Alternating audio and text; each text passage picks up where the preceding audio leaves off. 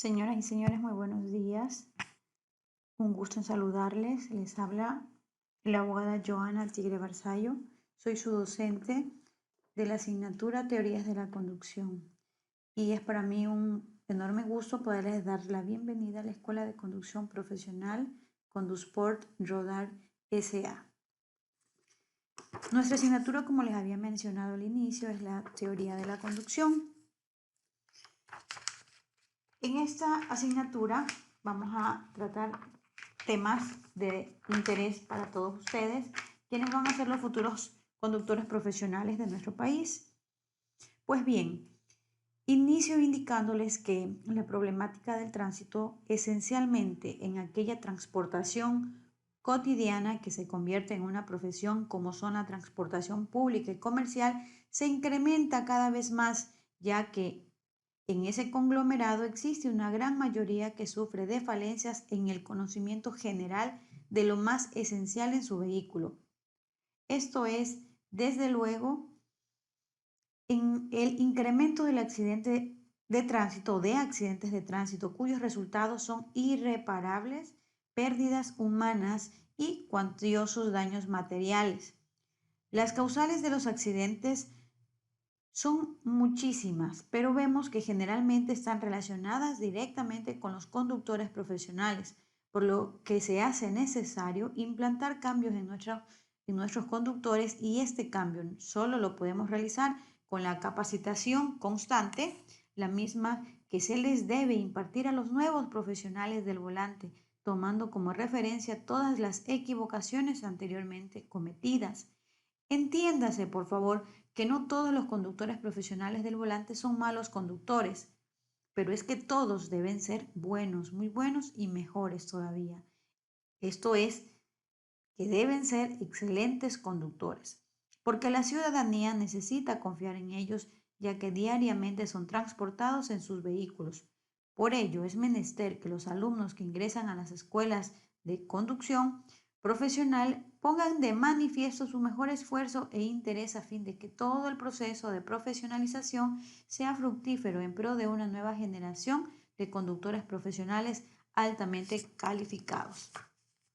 Así que es por esto que yo espero el compromiso de todos y cada uno de ustedes en aprender en esta asignatura. Vamos a iniciar con nuestra unidad número 1 y vamos a hablar en este caso acerca de la revisión previa del vehículo interna y externa. De esta manera vamos a iniciar haciéndonos una pregunta. ¿Qué es conducir un vehículo? Muchos de ustedes probablemente tengan la noción de lo que es conducir un vehículo, pero nuestro texto guía nos señala que conducir es hacer funcionar de manera controlada un vehículo, ya sea con motor, como un automóvil, o sin motor, como una bicicleta, obedeciendo las normas establecidas en el momento y lugar de la conducción. Continuamos. Vamos a hablar del manejo. ¿Qué es o qué será el manejo? Es la utilización de una cosa, especialmente si se hace con las manos, el uso manual de algo o la manipulación que se ejerce sobre una persona o cosa, como por ejemplo el manejo de una espada, la habilidad para el manejo de las voluntades de las personas. Es decir, que el manejo correcto de todos los dispositivos del vehículo conlleva a una buena conducción vehicular, ya que el conductor controla el funcionamiento del vehículo de una manera armónica. Esto debe estar unido al respeto de la ley, reglamentos y obviamente a una buena conducción defensiva. Continuamos, vamos a hablar acerca de el vehículo. ¿Qué es el vehículo? Un vehículo es un medio de locomoción que permite el traslado de un lugar a otro. Cuando traslada animales u objetos es llamado vehículo de transporte, como por ejemplo el tren, el automóvil, el camión, el carro, el barco, el avión, la bicicleta y la motocicleta, entre otros. Vamos a continuar. El vehículo automotor. ¿Qué es? ¿Qué será un vehículo automotor? La Federación Internacional del Automóvil define al vehículo automotor de la siguiente manera. Es un vehículo terrestre movido por sus propios medios que se desliza generalmente sobre 4 ruedas dispuestas en más de una alineación y que están siempre en contacto con el suelo y de las cuales por lo menos 2 son directrices y 2 son de propulsión. Esta definición no establece distinción entre los diferentes tipos de vehículos automotores. Sin embargo, y en todos los casos sabemos que se trata de varios miles de piezas, cada una de las cuales cumple una función específica. Muchas de ellas se deben mover en forma sincronizada. Esto en cuanto al vehículo automotor. Vamos a continuar con la clasificación de los vehículos. Tenemos aquí los vehículos de tracción humana. ¿Cuáles serán los vehículos de tracción humana? Aquí en nuestra lámina de nuestro organizador gráfico nos dice que su movimiento es producido por la acción de una o más personas. Claro, así es. Los vehículos de tracción humana son cualquier vehículo impulsado exclusivamente por la fuerza muscular del ser humano. Y los diseños de estos vehículos varían según la función y el objetivo que se pretenda. Continuamos con los vehículos de tracción animal. ¿Qué nos dice? Nuestro reglamento de tránsito nos dice que su movimiento es producido por la acción de uno o más semovientes destinados generalmente al transporte de carga.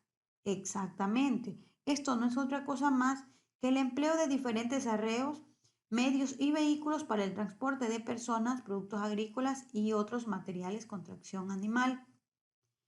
Vamos con los vehículos de tracción mecánica.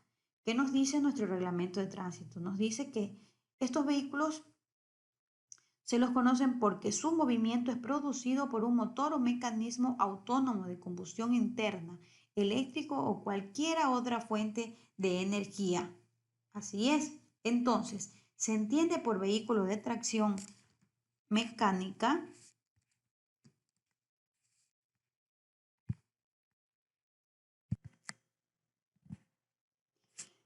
de esta manera hemos podido hablar acerca de la clasificación de los vehículos. Como les había dicho, los vehículos de tracción mecánica se entienden por vehículos de tracción mecánica o automóvil, todo artefacto o aparato capaz de circular por las vías públicas. Está dotado de medios de propulsión mecánica propios e independientes del exterior, circula sin rieles y es destinado tanto al transporte de personas como de cosas. Entonces, de esta manera tenemos la clasificación de los vehículos. Vamos a continuar con los tipos de vehículos de tracción mecánica, que se clasifican en livianos, semipesados, pesados y extrapesados, y más adelante vamos a hablar acerca de cada uno de estos tipos de vehículos. Factores que intervienen en el tránsito. Vamos a hablar acerca del factor humano. El factor humano es el elemento más importante dentro de la circulación vial, tanto es así que se ha constituido en preocupación universal y permanente la aplicación de programas de prevención en el sistema vial. El factor humano se desenvuelve como conductor, peatón y pasajero. Vamos a hablar del factor vehículo. El factor vehículo se entiende por vehículo al medio para trasladar o transportar personas o bienes de un lugar a otro por la vía terrestre, el mismo que puede variar en sus características y tamaños. Y finalmente el factor vial, que son las vías públicas y privadas construidas para facilitar el desplazamiento de todo tipo de vehículos, personas y animales sujetos a leyes y reglamentos. Estos son los factores que intervienen en el tránsito, son los protagonistas de lo que tiene que ver con el tránsito. Vamos a hablar en este caso, vamos a continuar con nuestra clase, vamos a hablar acerca de la puesta en marcha de un vehículo. Es recomendable, antes de poner en marcha un vehículo, en las mañanas se debe realizar las siguientes revisiones o chequeos, que nos ayudará a tener buenas condiciones de comodidad, seguridad al momento de conducir el vehículo. Vamos a hablar acerca de la revisión externa. Consiste en observar de manera prolija alrededor y debajo del vehículo donde se constate que no haya algún riesgo mecánico como goteo de fluidos, aceite, gasolina, refrigerantes, líquidos de frenos y algo más. También se debe revisar el estado de los neumáticos, el estado de los faros de luces, el estado de los accesorios como espejos, retrovisores. Debemos también regular los espejos, retrovisores y por último limpiar los cristales por fuera y por dentro con el fin de conseguir mejores condiciones de visibilidad e iluminación. La revisión interna del motor. Esta revisión se efectúa levantando el capó del auto para poder realizar las siguientes comprobaciones o chequeos. Así es que vamos a verificar periódicamente el nivel de fluidos, de líquidos como son el refrigerante, el aceite del motor, el aceite de la dirección hidráulica, entre otras cosas. Debemos también revisar el estado de las mangueras de agua. Debemos asimismo revisar que la batería esté bien sujeta y no esté sulfatado los bordes, el estado de las bandas de poleas. En la cabina debemos revisar lo siguiente, que una vez ingresado el vehículo, usted ingresa al vehículo, tiene que revisar en el tablero el nivel de combustible. De igual manera, revisar el correcto funcionamiento de las luces, el ajuste correcto de los cinturones de seguridad. Es importante que usted tome conciencia de que un cinturón de seguridad en buen estado va a salvar las vidas. Y aunque suene trillado, este mensaje es la realidad. El cinturón de seguridad salva vidas. De igual manera, revisar la correcta posición de espejos retrovisores exteriores e interiores. Vamos a hablar acerca del nivel de fluido. Cuando hablamos de un chequeo básico del coche o del vehículo, nos referimos a un vehículo que esté en condiciones buenas o normales de funcionamiento. Si el vehículo tiene fallas y estás por hacer un viaje, debes hacerlo revisar por un mecánico porque en algunas ocasiones existen daños ocultos que nosotros pues no lo vamos a poder constatar o no lo vamos a poder reconocer a simple vista. Si nosotros tenemos algo u observamos algo anormal, debemos de manera cuidadosa detener el motor, levantar el capó y dejar que se enfríe el motor.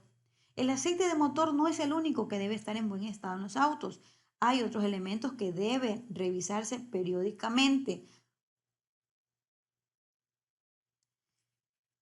Así es que antes de iniciar un viaje, sea corto o largo, por favor, tomar en cuenta estas sugerencias. Y aparte de todo, ustedes van a ser conductores profesionales y toda vez que encuentren un trabajo en el que necesiten, evidentemente, de sus capacidades y habilidades, ustedes deben de estar formados como un buen conductor profesional con pleno conocimiento de todo lo que estamos dando clase en este momento. La presión del aire. Vamos a hablar acerca de la presión del inflado adecuado. Mantener la presión adecuada de los neumáticos es una de las tareas básicas que ha de llevar a cabo en todo su vehículo y debe tomar en consideración lo siguiente. Un neumático bajo de presión presenta más riesgo de reventarse, se desgasta más rápidamente y hace que aumente el consumo.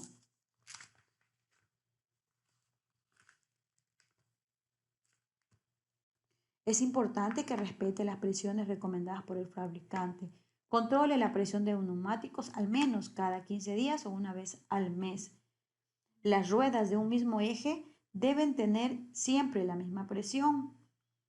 El labrado de los neumáticos. Vamos a hablar acerca del desgaste. Los neumáticos se desgastan por el uso normal, por el uso cotidiano, pero a veces también pueden sufrir un desgaste mayor del habitual debido a circunstancias como las siguientes. La forma de conducir. ¿Qué quiere decir esto? Cuando hacemos o damos fuertes arrancadas, aceleraciones y frenazos, todo esto desgasta mucho antes de lo normal o del tiempo considerado como normal los neumáticos y aumentan claramente el consumo. La velocidad, a mayor velocidad, mayor desgaste. La carga, el desgaste es mayor a medida que aumenta el peso.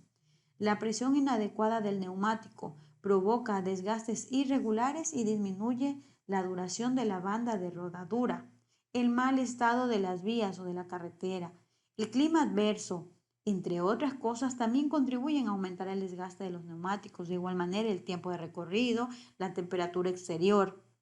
Así es que todo esto debemos de tomar en consideración. El kit de emergencia que todo vehículo debe tener.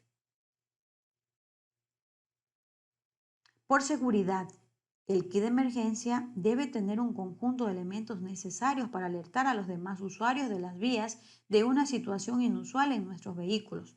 Por eso es tan importante llevar el equipo de entera, completo y en perfecto estado dentro de la cajuela del vehículo. También te sirve para ayudar a realizar una reparación básica en caso de que se sufra una avería mecánica.